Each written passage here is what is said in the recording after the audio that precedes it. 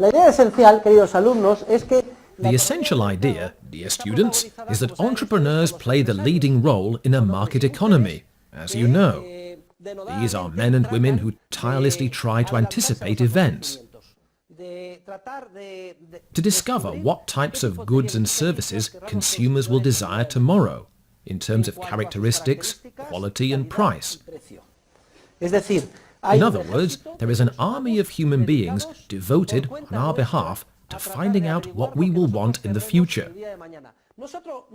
And not only what we will want and be willing to buy and at what price, but also what people who may not even have been born yet will be willing to buy, in the case of very long-term investment decisions. And do we say attempt to discover as if we were talking about a crystal ball and the data of the future were already there and the future was simply still to come? No, we know that the future is not to come. It is to be made. We are not talking merely of discovering, but of creating. We must put our entire selves into action to try to create products, goods and services which we cannot even imagine today, and which we believe will be of enormous value to consumers. Therefore, entrepreneurs act as our mandatories, if you will. They are the professionals we entrust with our future. They devote themselves to thinking about and creating what we will truly desire tomorrow. And they work in an environment of uncertainty, which means they take a gamble. They try to come up with those goods and services. And to the extent that they believe there will be a demand for them, they incur costs today. In other words, they acquire factors of production, for which they pay certain monetary prices. It is in this sense, and only in this sense, that we say that costs tend to follow prices, and not the other way around.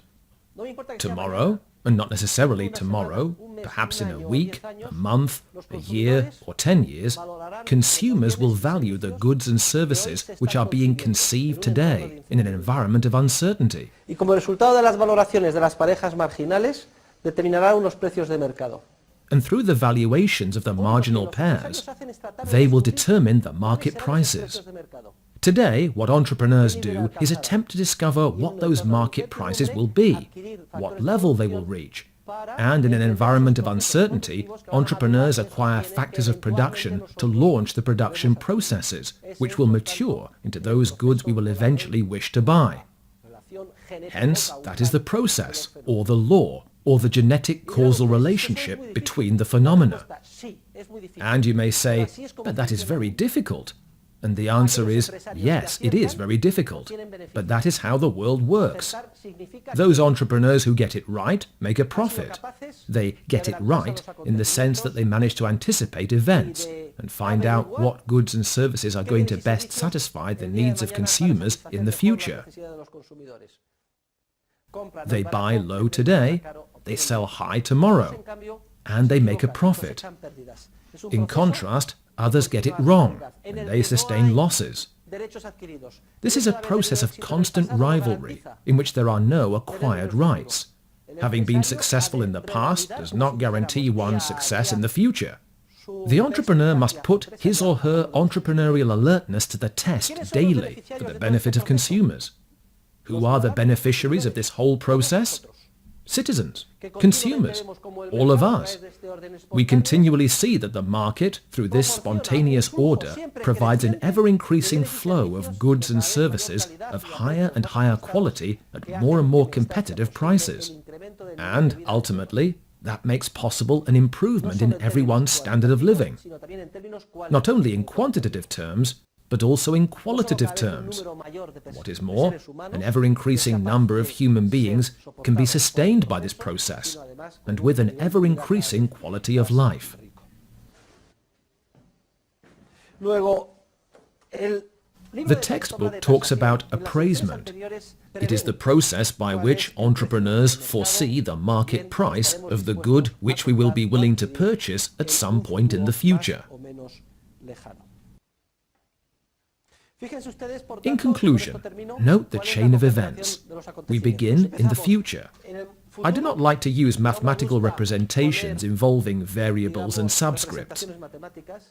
The valuations at moment t plus 1, which has not yet taken place, will determine a price by the process of two-sided competition.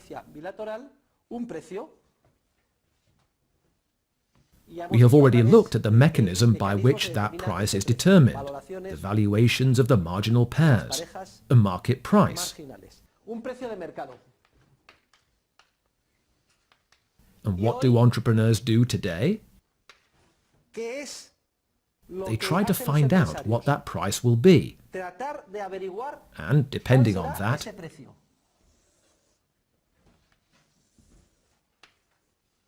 they acquire factors of production today. In other words, they incur costs, which are the monetary prices paid for those factors in order to produce the good, which will be sold tomorrow. Prices determine costs, and not the other way around. Ultimately, what are costs? At the beginning of the trimester, we defined cost as the subjective value the actor attaches to an end, but not to the end he pursues by acting, but precisely to the end he relinquishes when he decides to embark on a particular course of action.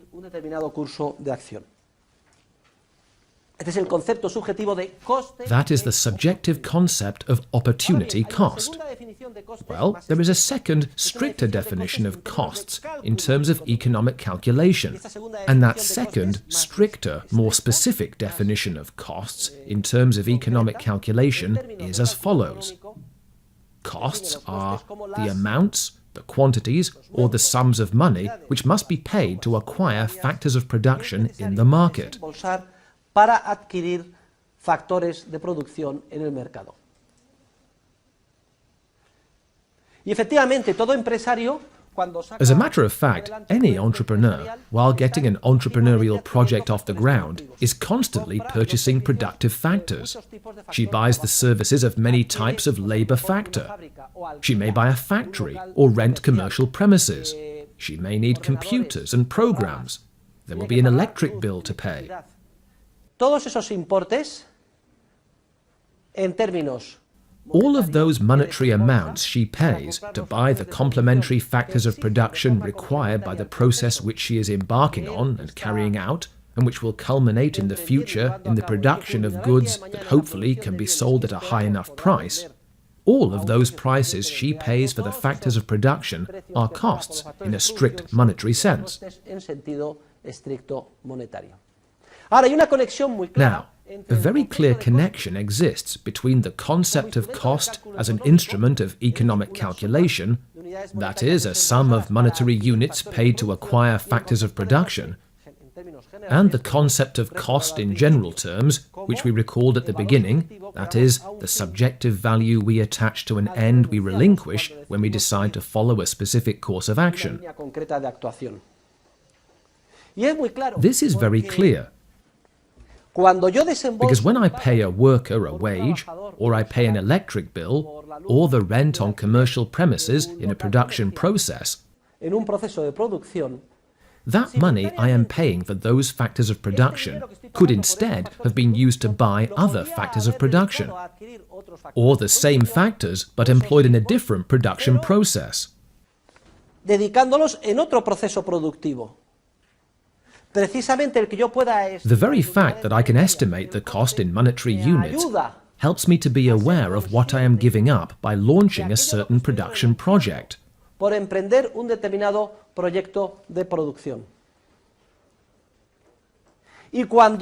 the process concludes, when moment t plus 1 arrives and I sell my good, one of the following possibilities will materialize. 1. That I am able to sell at a price sufficient to permit me to recover the costs and obtain an entrepreneurial profit. Or 2. That once the production process concludes, it turns out I have committed an entrepreneurial error, and the price I receive is lower than the costs I have incurred, and therefore I sustain an entrepreneurial loss. In terms of economic calculation, an entrepreneurial profit is a sign that indicates an entrepreneur has acted wisely. Meanwhile, a loss is a sign that tells the entrepreneur he or she has acted unwisely. In what sense? Well, if an entrepreneur suffers a loss and cannot obtain a price high enough to at least permit him to recover costs with a sufficient profit margin, if he suffers a loss, the sign he is receiving from the spontaneous market order is that he has acted unwisely in the following sense. In the sense that those scarce resources, those factors of production he has acquired in his entrepreneurial process, were more urgently needed and valued by consumers in other production processes. This is what an entrepreneurial loss means. That society's scarce resources have been malinvested because you, as an entrepreneur, have put them to use on an investment project which, when it has matured, has not commanded a price equal to the value of what you have already paid in costs, along with a profit margin. Meanwhile, if you have made a profit, the message is, you're on the right track, keep it up. The use to which you have put society's scarce factors in pursuit of that production project is correct. Consumers would not have placed a higher value on any alternative use for those scarce productive factors. So,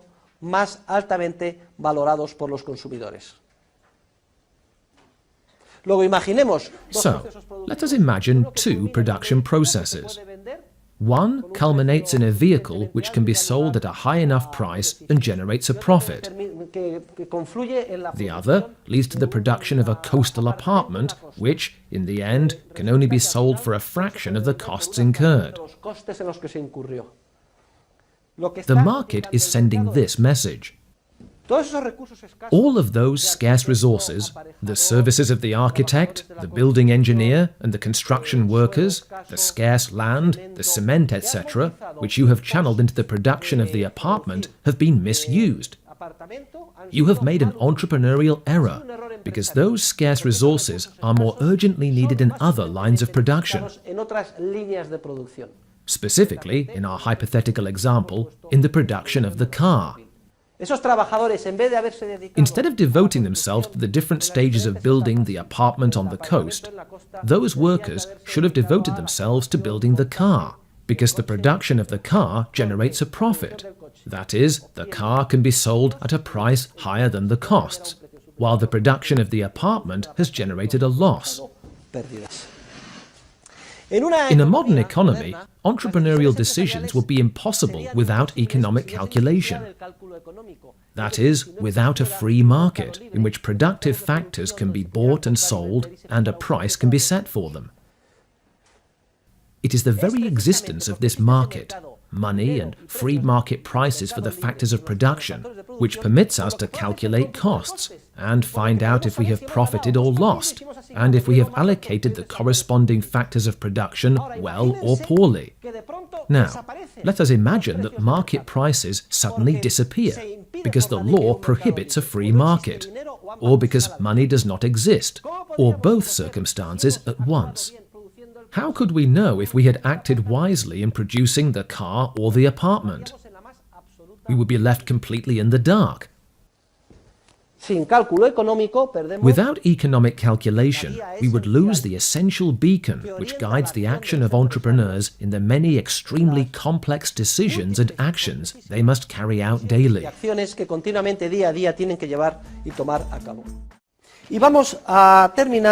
We will conclude with a presentation of what we would call the general cost principle, which is a universal economic law, a law of tendency, like all the economic laws we must grasp. This principle indicates the volume of output entrepreneurs should reach in the spontaneous process we are describing. The idea is very simple and can also be expressed in marginal terms, in terms of 1 unit more or 1 unit less. Every year I explain this with gestures, because I believe that method is quite simple and illustrative, and it allows me to avoid using graphs and drawing curves that communicate the mistaken idea that they actually exist when they do not. We have spoken of a process which takes time. All production processes take time. They involve the passage of time, a series of successive stages in which a number of complementary factors of production are combined. When the entrepreneur acquires these factors, he incurs costs. Now, the entrepreneur can produce more units or fewer units. What level will the market reach? When should the entrepreneur move forward and produce more units? And when should he stop producing more? What I am explaining to you is, for example, in the vehicle production process at any factory, let's say the Ford factory in Almusafes, Valencia. How many vehicles should be manufactured each year? 30,000? 40,000? 100,000? A million? What point should and should not be reached? If it was an error to build the apartment, does that mean no homes at all are going to be built in Spain? Economic decisions are not all or nothing. Building homes is ruinous, and therefore nothing is built. Even now in Spain there is building going on, but it amounts to a third or a fifth of what was being built before. In economics, decisions and actions are always incremental. That is, they deal with a few units more or a few units less. Now, we are going to look at the general market law, the spontaneous law, which is driven by the force of entrepreneurship and tends to determine the maximum number of units produced in each production process. The law is very simple.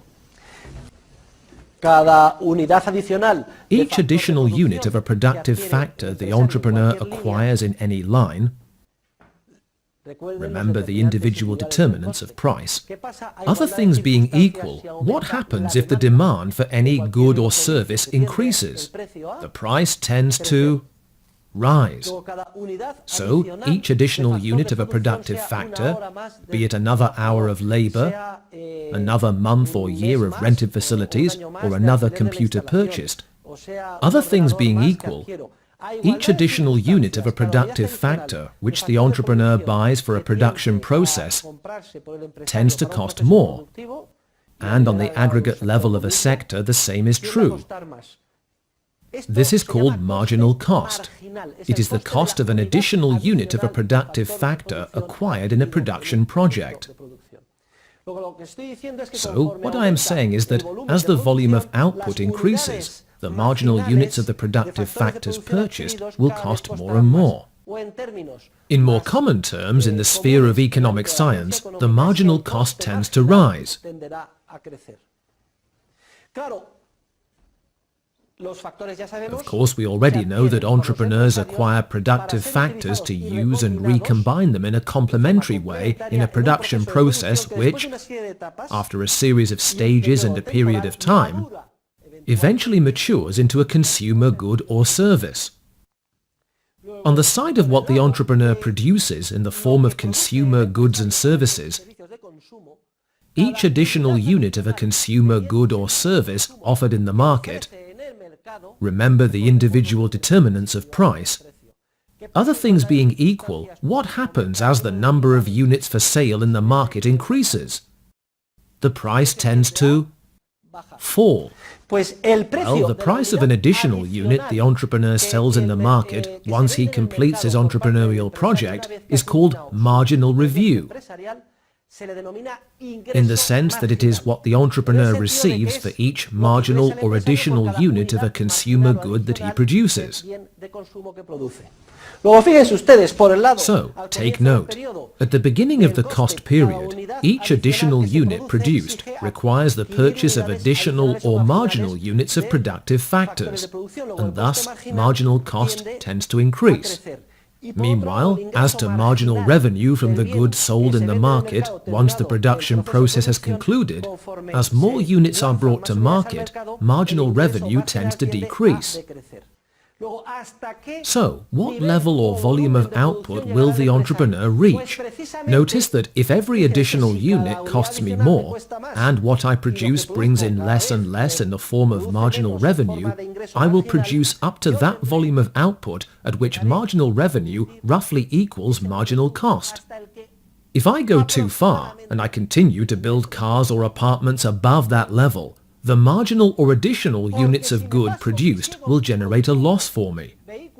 Imagine the number of vehicles is 10,000, and up to approximately vehicle 10,000, the last vehicle, marginal revenue and marginal cost coincide. The cost to me of the additional factor to produce the last vehicle and the amount I have obtained from its sale more or less coincide. If I keep producing vehicles, if instead of 10,000 I build 10,500 or 11,000, those marginal vehicles will entail a marginal cost which exceeds the selling price, and therefore I will produce them at a loss. That said, you would understand clearly, there are no exact guides. There are no cost functions. If there were, it would be a cinch to be an entrepreneur. We would enter the data into a computer. Let's see, Santiago, how many units do we have to produce this month? He would type the data into the computer. Well, it looks like 11,524. All right, let's go produce them. We would be managers. No. The leading role in the market is always played by entrepreneurs who act in an environment of uncertainty, and who, by trial and error, with respect to their particular projects, must find out the revenue, cost and volume of output that it would be an error to exceed or to fall short of. To fall short is also an error, because if I produce less, I fail to earn what I could earn with additional units.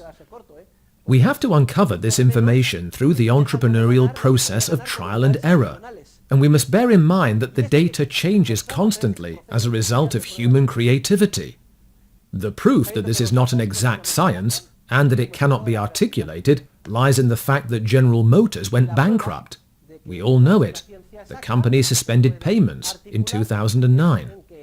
We can also find proof in the fact that thousands of entrepreneurs devoted themselves to building homes nobody wants in Spain. We will see that in many cases, those entrepreneurial errors, we'll see when we talk about the theory of the cycle, we'll touch on that briefly in class next week or the week after. If the essential signs entrepreneurs follow in their work as entrepreneurs are distorted, then massive investment errors result, and that is what causes the cycle, the stages of expansive bubble and crisis. It is not the fault of the market, but of the intervention of the state and central banks, the manipulation of money, interest rates and public funds, and the massive deceptive effect of all that on entrepreneurs. We will see that this is true, but it belongs to another part of economic science we have not yet reached, the theory of state interventionism, and how it blocks and distorts economic calculation, and therefore leads entrepreneurs to behave in systematically erroneous ways. In conclusion, the law of tendency is that entrepreneurs will tend to produce that volume of output up to which marginal revenue and marginal cost coincide. We are now going to look at competition and monopoly. Is competition a state, or is it a process? We have already said that entrepreneurship, by its very nature, is always competitive, and that the word competition derives from the Latin competito, which means the concurrence of multiple requests for the same thing, which must be assigned an owner.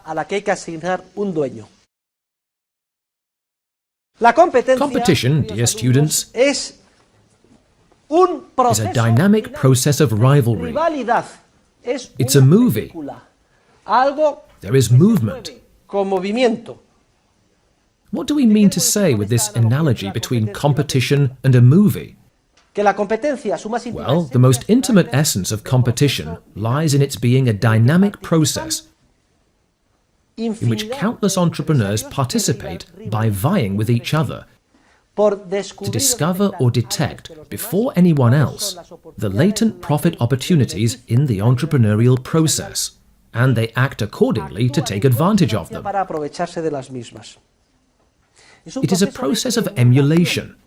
It is a process of trying to surpass our rivals in all areas by creating or perceiving profit opportunities before others do.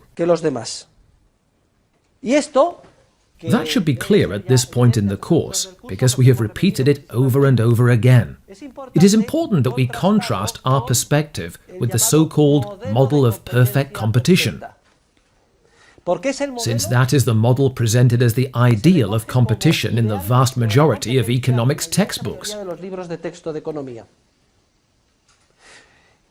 According to that view, competition is a state. Competition is like a photo. Click. In mathematical models of perfect competition, competition is defined. It's actually quite a paradox. It is defined as perfect, and yet, if we take a photo of the social process, in the frame we will see the following: a static situation, as in any frame. There is no movement. Well, in that photograph, one can see there are many offerers, a multitude of sellers, and they are all selling the same product, with exactly the same characteristics, and at the same price. That static situation, that motionless state in which a multitude of offerers are all making the same thing and selling it at the same price, that situation is what most economists call competition. And to make matters worse, they describe it as perfect competition, which is an affront to common sense. So we see there are two alternative and opposing concepts of competition. Competition as a dynamic process of rivalry, which is the correct concept of competition, and also the mockery mistakenly referred to as perfect competition, which is typified by a situation in which everyone does the same thing, and therefore no one competes. You may ask, how is it possible that a legion of economists, economic scientists, distinguished professors, textbook authors and Nobel Prize winners have made the model of perfect competition, that is, the static view of competition, the pivotal concept around which their entire theory revolves?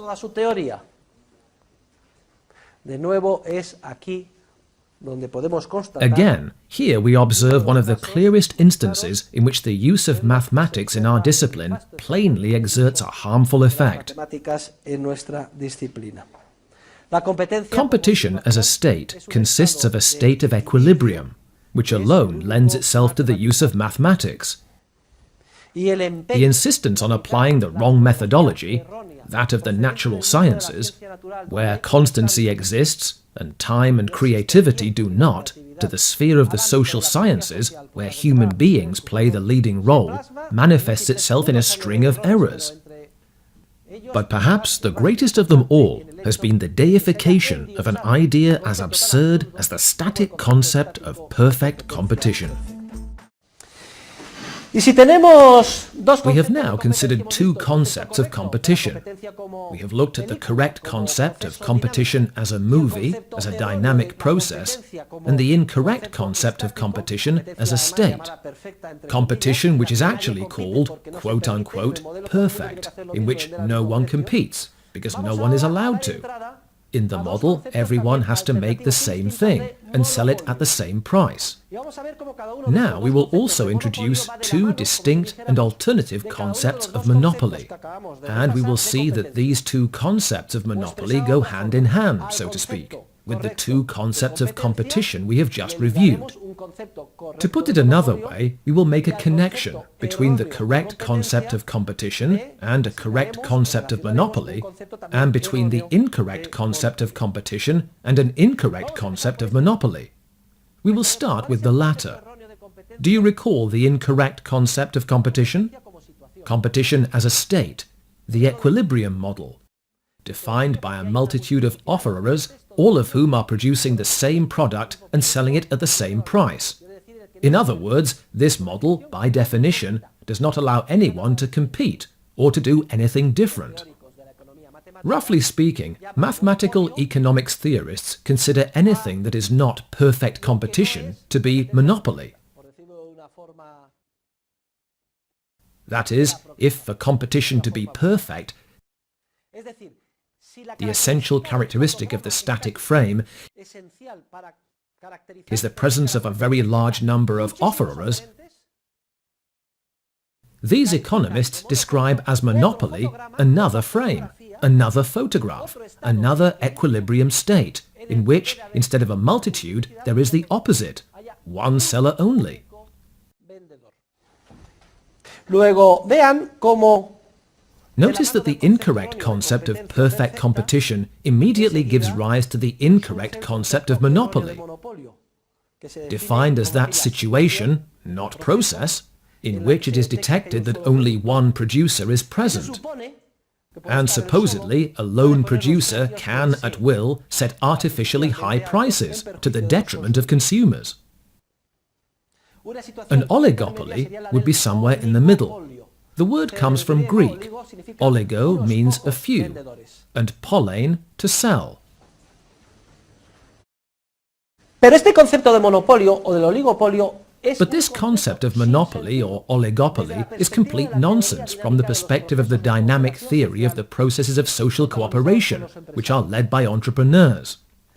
This will be clear right away. Let us look now at the correct concept of competition. As you will remember, the correct concept of competition is not a frame, but a movie. It is a dynamic process of rivalry, in which entrepreneurs contend with each other in their attempt to be the first to discover or create profit opportunities, and act accordingly to take advantage of them. For once someone has detected a profit opportunity and seized it, that specific opportunity is eliminated from the market. It can no longer be detected or grasped by another human being. In keeping with this conceptualization of competition, which we have termed correct, indeed it is the only correct one, competition as a dynamic process of rivalry, the correct concept of monopoly differs radically from the one we have just considered. Now we must focus on whether or not it is possible for entrepreneurs to enter this process of rivalry. And we say that monopoly exists only when free access to the entrepreneurial process is blocked in any part of society by the force of the state. The crucial point is no longer whether there is only one seller or a few sellers. The crucial point is whether there is free access, freedom of entry or not, due to systematic state coercion that prevents the free exercise of entrepreneurship in any part of life in society. Furthermore, if we arbitrarily choose a frame from the succession of frames that make up the movie, and when we look at it we see there is only one seller, that is irrelevant from the dynamic point of view. Well, if the person who observes that there is only one seller in that selected, isolated frame happens to be a mathematical economist, he or she will immediately yell bloody murder. Monopoly! The much-hated monopoly. Consumer exploitation. After that company. In contrast, the Austrian economist, who holds the dynamic view of the market, in which entrepreneurship plays the leading role, will find it irrelevant if one or several frames show just one seller, because the focus should not be on an odd frame, but on the movie's dynamic process as a whole, to see if throughout there has or has not been free access to the unfettered exercise of entrepreneurship. And if we see that free access exists throughout the dynamic process, then competition exists in the dynamic sense, regardless of whether there has been only one seller at certain specific points. That is irrelevant. What is more, if there has been only one seller at a certain point, and there is free access to entrepreneurship, then the appearance in an isolated frame of a sole seller, in other words, much-hated monopoly according to the incorrect concept, far from being a sign that the seller is acting improperly and harming consumers, is a sign of exactly the opposite. If the dynamic process is unhindered, and entrepreneurs take part in it by contending with each other and trying to emulate each other, if, at a certain historical point, one entrepreneur prevails, It means precisely that he or she has been able to meet consumer needs better than anyone else. So, if in certain historical circumstances, free entrepreneurship, unrestricted by systematic state coercion, even takes the form of the predominance of only one offerer,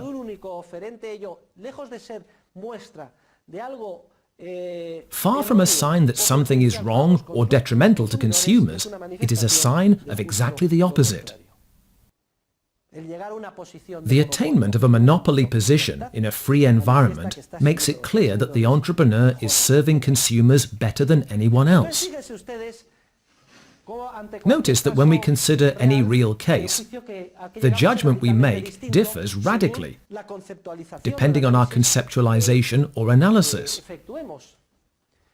For example, the case of Bill Gates and his operating system. He managed to launch and bring to the market a user-friendly operating system that is used by millions and millions of people. And instead of building him a statue or a monument, etc., competition authorities in Europe and the United States went after him, defamed him, fined him. Who is right? Remember that in the market there are no acquired rights. Each day is a new beginning, and an entrepreneur must defend his predominance by serving consumers better than anyone else. And if, in certain historical circumstances, Bill Gates predominated in the market, and there was no systematic government coercion to block the free access to entrepreneurship, then Bill Gates indeed met the needs of consumers better than anyone. But be careful. This is no guarantee. Bill Gates was not in a position to rest on his laurels. Success today is no guarantee of success tomorrow. IBM gained control of 70% of the computer market in the 1960s. Then it started to become a huge, arrogant company. The bosses were presented with a proposal to make small personal computers, and they said, "Oh, that's silly. That'll never make a profit. Goodbye." And what happened? Like General Motors, the company nearly suspended payments and failed. It came very close. If you cease to be more alert than your competitors, who constantly devote themselves to meeting consumer needs in the best way and at the best price, then an army, a constellation of real and potential competitors immediately spring up everywhere, and they threaten your predominance. So, from the dynamic perspective, it is irrelevant if in a particular frame, at a certain moment, only one entrepreneur appears to have predominated. Moreover, that indicates that he or she acted more sensibly than anyone else. The process itself is dynamic. Every day is a new beginning. You must continually confirm that you are the best entrepreneur, and if you do not, competitors appear and upstage you. The great tragedy, dear students, is that most, if not all, antitrust legislation rests on false theoretical notions of competition and monopoly. Antitrust legislation, unfair competition law, is entirely based on the mathematical and incorrect concept of competition, and on the incorrect concept of monopoly. As a result, and this is the great paradox, the entrepreneurs who are the most successful at satisfying consumers' demands are systematically hounded. And they are hounded without truce or quarter. They are not allowed to be successful and to predominate over their competitors. If, as an entrepreneur, you charge more than your competitors, look out. The law recognizes that as a sign of abuse of a dominant position and a sign of monopoly. You are exploiting the consumers. You cannot charge more than your competitors. If you charge more than they do, you are treating the consumers unfairly. Charging less than your competitors is also illegal. It is called unfair competition. You cannot charge less. Selling below cost is against the law. Notice that all the legislation rests on the mathematical view. People think that costs determine prices, and that anyone who sells below cost is an unfair competitor. Charging less than one's competitors is illegal. Then again, charging the same price as one's competitors is also illegal. If you charge the same price as your competitors, you will immediately be accused of collusion, of having conspired with them to sell at the same price. This seems like a parody, but it is not. If you read all of the antitrust legislation, you will come to the conclusion that you are a potential criminal, that there are signs of wicked acts against consumers no matter what you do. If you sell at a higher price than your competitors, it is abuse of a dominant position. If you sell at the same price, collusion. If you sell at a lower price, unfair competition. cutthroat competition, also known as dumping. Now, I'd like to read you a poem, and we will go over it together. It is titled Tom Smith and His Incredible Bread Machine. It goes like this. This is a legend of success and plunder, and a man, Tom Smith, who squelched world hunger. Now Smith, an inventor, had specialized in toys, so people were surprised when they found that he, instead of making toys, was baking bread. The way to make bread, he'd conceived, cost less than people could believe. And not just make it, this device could in addition wrap and slice. The price per loaf, one loaf or many, the minuscule sum of under a penny. Can you imagine what this meant? Can you comprehend the consequent? The first time yet the world well fed, and all because of Tom Smith's bread. It's like when Bill Gates was the hero. A citation from the president for Smith's amazing bread. This and other honors, too, were heaped upon his head. But isn't it a wondrous thing how quickly fame is flown? Smith, the hero of today, tomorrow scarcely known. Yes, the fickle years passed by, Smith was a millionaire. But Smith himself was now forgot, though bread was everywhere. People, asked from where it came, would very seldom know. They would simply eat and ask, was not it always so? We all take for granted that our computer has to work, and Windows too. Was it not always so? We have a right to our personal computer, and to a functioning Windows system. However, Smith cared not a bit, for millions ate his bread. And everything is fine, thought he. I am rich, and they are fed. Everything was fine, he thought. He reckoned not with fate. Note the sequence of events, starting on the date, on which the business tax went up. Then, to a slight extent, the price on every loaf rose too, up to 1 full cent. What's going on? The public cried. He's guilty of pure plunder.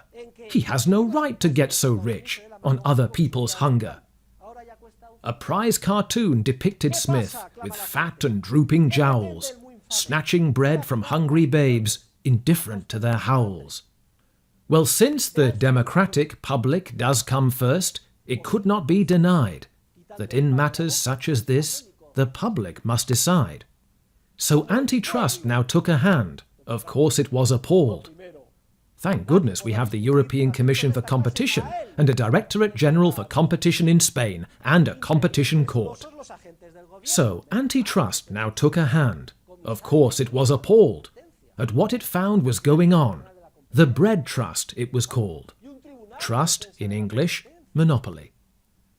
Now this was getting serious, so Smith felt that he must have a friendly interview with the men in antitrust. He visits the government department in charge of defending competition. So hat in hand he went to them. They'd surely been misled. No rule of law had he defied, but then their lawyer said, "The rule of law in complex times has proved itself deficient. We much prefer the rule of men. It's vastly more efficient." Now let me state the present rules, the lawyer then went on. These very simple guidelines you can rely upon. You're gouging on your prices if you charge more than the rest, but it's unfair competition if you think you can charge less. A second point that we would make to help avoid confusion, don't try to charge the same amount. That would be collusion. So one cannot charge more, nor less, nor the same. You must compete, but not too much, for if you do, you see, then the market would be yours, and that's monopoly. Price too high or price too low? Now, which charge did they make? Well, they weren't loath to charging both, with public good at stake. In fact, they went one better. They charged monopoly. No muss, no fuss, oh woe is us. Egad, they charged all three. 5 years in jail, the judge then said. You're lucky it's not worse. Robber barons must be taught. Society comes first. Now bread is baked by government, and as might be expected, everything is well controlled. the public well protected. True loaves cost $1 each, but our leaders do their best. The selling price is half a cent. Taxes pay the rest. Listen, there is no institution more despicable, hypocritical, and harmful than the entire antitrust structure. The legislation is based on an incorrect and outdated conceptualization of economics. General civil and commercial law contains the only defense competition needs. All special antitrust legislation is comparable to the old legislation in Spain on the Inquisition. Furthermore, the process is very similar. A tip-off invariably sets it in motion, generally from an inefficient competitor. And that is not to mention procedural matters, which cry out to heaven, secret trials, non-existent legal guarantees, convictions based on mere presumption. And it really does work that way. Apart from that, enormous damage is done precisely to the process of competition, on the pretext of defending it. It is shameful that well into the 21st century, these institutions are still in force. And one of the main goals of any lover of freedom and of the market economy is to do away with them. Competition does not need anyone to defend it, especially not the state. The traditional rules of civil and commercial law are all that is necessary. Civil y mercantil.